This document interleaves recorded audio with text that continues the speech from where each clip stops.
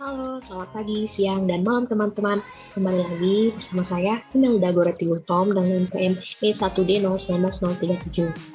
Jadi, hari ini di video kali ini saya akan mempresentasikan laporan ekonometrika dengan judul mengestimasi berbagai bentuk model ekonometrika berbasis model Douglas.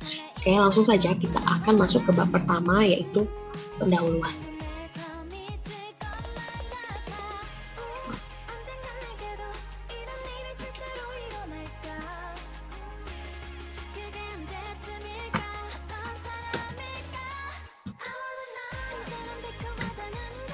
Oke, ini udah ada bab satu pendahuluannya. Yang pertama adalah 1.1 latar belakang. Jadi, latar belakang yang saya gunakan dalam penelitian ini adalah lahan sawah dengan sistem terasering adalah sawah yang dicetak berteras di lahan miring untuk menghindari erosi. Lahan sawah terasering dapat menyimpan air dalam bentuk air genangan dalam volume yang cukup besar. Kelebihan air irigasi dan air hujan sebagian besar akan melimpah masuk ke dalam tanah mengisi cadangan air tanah. Daya tampung lahan sawah berteras sangat bervariasi tergantung sifat dan karakteristik tanahnya. Dari Setiorini et al. Tahun 2010. Dengan skripsi yang berjudul Analisis Pendapatan Usaha Tani Padi dengan Sistem Terasering di Desa Pencong, Kecamatan Biringbulu, Kabupaten Goa, data yang terdapat dalam skripsi tersebut adalah data cross-section. Jadi data yang ada merupakan data yang baik untuk digunakan dalam mengestimasi berbagai bentuk model ekonometrika berbasis model Douglas. Jadi alasan inilah yang menjadikan saya menggunakan data skripsi ini. Langsung masuk ke subbab 1.2 rumusan masalah. Yang pertama ada bagaimana pengaruh input produksi terhadap jumlah output yang dihasilkan. Yang kedua, apakah masing-masing input produksi memiliki nilai elastisitas yang sama. Dan yang ketiga adalah bagaimana kondisi skala usaha yang dijalani petani, IRS, DRS, atau CRS. Subbab 1.3 tujuan. Yang pertama adalah untuk mengetahui pengaruh input produksi terhadap jumlah output yang dihasilkan. Yang kedua, untuk mengetahui nilai elastisitas masing-masing input. Dan yang ketiga, untuk mengetahui kondisi skala usaha yang dijalani petani, apakah IRS, DRS, atau CRS. Kita masuk ke bab 2, yaitu metodologi penelitian. Di subbab jenis dan sumber data. Jadi jenis data di skripsi ini adalah data cross-section, jadi sumber datanya adalah data sekunder dari skripsi analisis pendapatan usaha tani padi dengan sistem terasering di Desa Pencong, Kecamatan Biringbulu, Kabupaten Goa.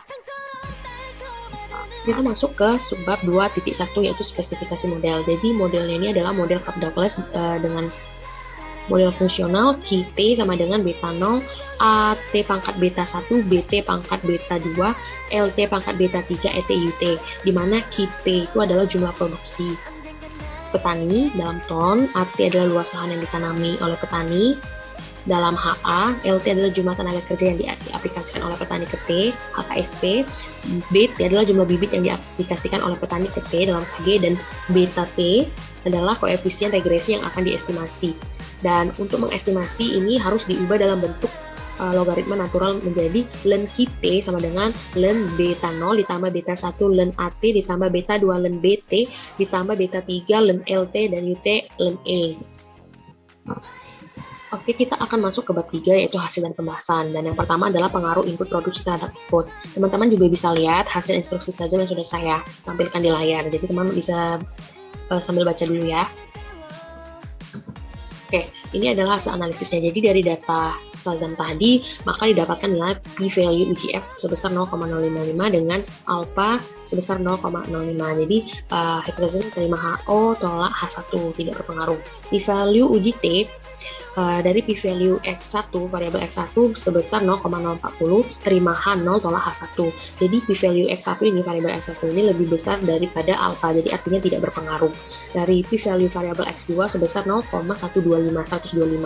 Jadi terima H0 tolak H1, artinya p-value variabel X2, maaf ya ini salah tulis, ini X2, itu artinya nilainya lebih besar daripada alpha, juga tidak berpengaruh. Dari variabel p-value X3 nilainya sebesar 0,203, terima H0 tolak H1. Jadi p-value X3 ini lebih besar daripada alpha, jadi artinya tidak berpengaruh. Jadi p-value X4 bernilai 0,947, terima H0 tolak H1. Jadi p-value X4 ini lebih besar juga daripada alpha, artinya tidak berpengaruh. Dan p-value X5 sebesar 0,608, terima H0 tolak H1. Jadi nilai p-value X5 ini lebih besar daripada alpha, artinya juga tidak berpengaruh. Jadi nilai alfanya adalah 0,05 ya teman-teman. Berdasarkan hasil di atas, tidak terdapat variabel yang berpengaruh. Jadi pada variabel luasan tidak berpengaruh karena kurang meratanya penyebaran pupuk, sehingga pertumbuhan tanaman berbeda-beda. Lalu pada variabel benih tidak berpengaruh karena kualitas benih yang digunakan tidak unggul, sehingga pertumbuhan tanaman padi tidak maksimal. Pada variabel herbisida juga tidak berpengaruh karena kurang meratanya penyebaran herbisida yang digunakan. Dan terakhir ada variabel tenaga kerja juga tidak berpengaruh karena kurangnya jumlah tenaga kerja dalam usaha tani padi. Oke, kita masuk ke nilai nilai elastisitas masing-masing. Teman-teman bisa lihat hasil instruksi sajamnya di layar ya.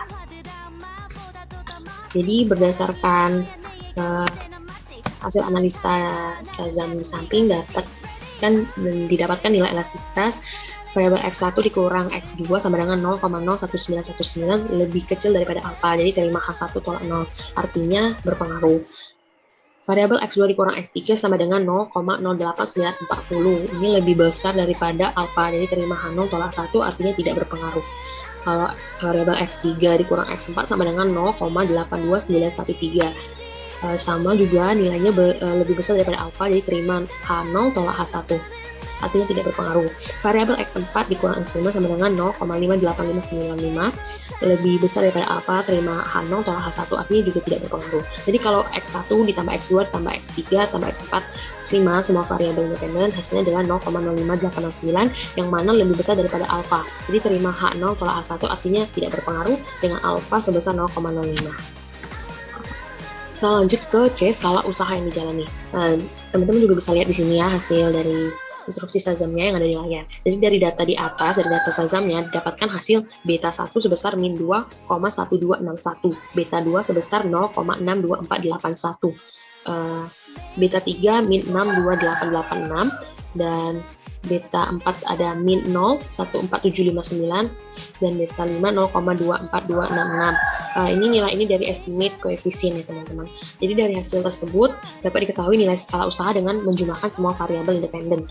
Ya, dari minus 2,1261 ditambah 0,62481 dikurangi 0, ini dikurang karena minus ketemu plus ketemu minus jadi minus, jadi 0,62886 dikurangi 0,14759 ditambah 0,24266, jadi hasilnya minus 2,03508. Jadi beta 1 ditambah beta 2 ditambah beta 3 ditambah beta 4 ditambah beta 5, hasilnya itu yang minus 2,03508 itu lebih kecil dari 1. Jadi artinya skala usaha tani ini DRS, Decrease Return Scale. Jadi Decrease Return Scale adalah skala usaha yang jika penambahan satu satuan faktor yang terus-menerus akan menyebabkan penambahan produk yang makin lama makin berkurang. Nah, kita masuk ke bab terakhir, yaitu bab kesimpulan dan saran. Yang pertama adalah kesimpulan. Jadi dari nilai p-value UGF didapatkan nilai 0,055 dengan nilai alpha sebesar 0,05. Nilai p-value lebih besar daripada alpha, yang berarti variabel independen secara keseluruhan tidak berpengaruh terhadap variabel independen. Variabel dependen maksudnya. Yang kedua ada variabel X1 dikurang variabel X2 memiliki nilai elastisitas 0,01919 lebih kecil daripada alpha, jadi terima H1 tolak H0 ya, ini salah tulis. Jadi artinya berpengaruh. Dari variabel X2 dikurang X3 sebesar 0,08940 lebih besar daripada alpha, jadi terima H0 tolak H1, artinya tidak berpengaruh. Dari variabel X3 dikurang X4 sebesar 0,82913 lebih besar daripada alpha, terima H0 tolak H1, artinya juga tidak berpengaruh. Sedangkan dari variabel X4 dikurang X5 sama dengan 0,58595 lebih besar daripada alpha, terima H0 tolak H1, artinya tidak berpengaruh. Jadi dari hasil penjumlahan beta 1, beta 2, beta 3, beta 4, beta 5 didapatkan nilai min 2,03508 atau lebih kecil dari 1. Artinya skala usaha tani ini DRS. DRS adalah skala usaha yang jika penambahan satu satuan faktor yang terus-menerus akan menyebabkan penambahan produk yang makin lama makin berkurang. Lanjut ada subbab 4.2 yaitu saran. Jadi seorang peneliti harus teliti dalam mencatat data karena dengan mempertimbangkan perhitungan-perhitungan di setiap variabel yang digunakan. Sebab jika responden tidak menjawab secara jujur pertanyaan yang diberikan, jika petani menjawab dengan jujur dan peneliti mencatat dengan teliti, maka penelitian yang dilakukan akan didapatkan hasil yang lebih akurat. Baik, sekian dari presentasi saya kali ini. Harapannya teman-teman bisa paham dan presentasinya bermanfaat. Kalau ada salah saya mohon maaf. Sampai jumpa di video selanjutnya. Terima kasih.